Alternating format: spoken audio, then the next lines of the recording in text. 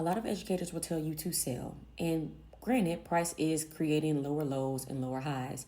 However, when we have a lot of selling pressure that happened overnight during the Asia session as well as London, price needs to grab liquidity somewhere where it's already been in order to fuel its move to continue to go down. So right here we see a blue candle, a bullish candle.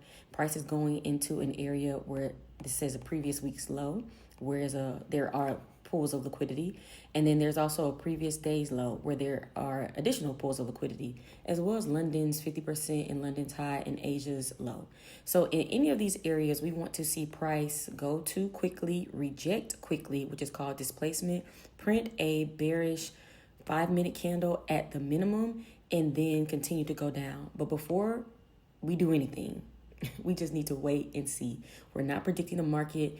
We are waiting for candles to print, and then we are reacting after. All right, so we see that price is at the 50% of London as well as the 50% of the short-term range that was created after Asia overnight into pre-market. However, this does not mean sell. We want to see price moving quickly or more quickly down below this previous week's low, below the previous week's low. And there are also these 15-minute fair value gaps, which are very important. Fair value gaps in general are where price was quickly displaced, and it did not leave room for, in this example, buyers to come and rebalance price. So there needed to be some type of rebalance. And this might just have been that manipulation during market open for price to continue to sell down. It is 10:28. I want to see how this 15-minute and 5-minute candle closes. This might be our sell for the day, but we will wait. So I went ahead and I entered a couple minutes ago when price came below this previous weekly level, which is this orange line, retested this 15-minute fair value gap that we've talked about in the previous videos and displaced downward. I have my take profit at a cluster of levels from previous days and weeks, as well as midnight open, which is like a psychological level. But if price gives a little bit of hesitation at this low that was created during today's New York session, then I might take profit early. But we'll see. This was the sale for today, and I hope you guys enjoyed it. A couple things. I want to remind you guys that you do not need a lot of money to get started.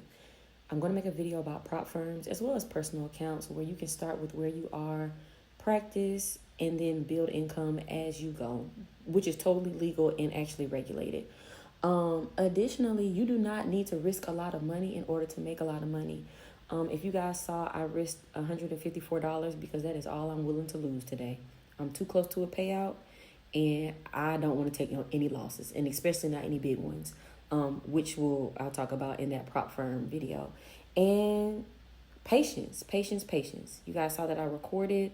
I think I started recording about 9:50 something. I've been on the chart since 9:40 because I don't pay attention to market open. I need to see candles close first.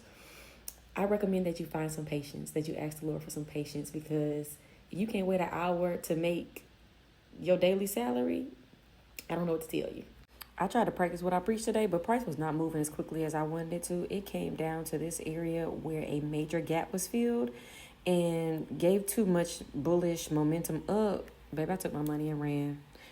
And that is it.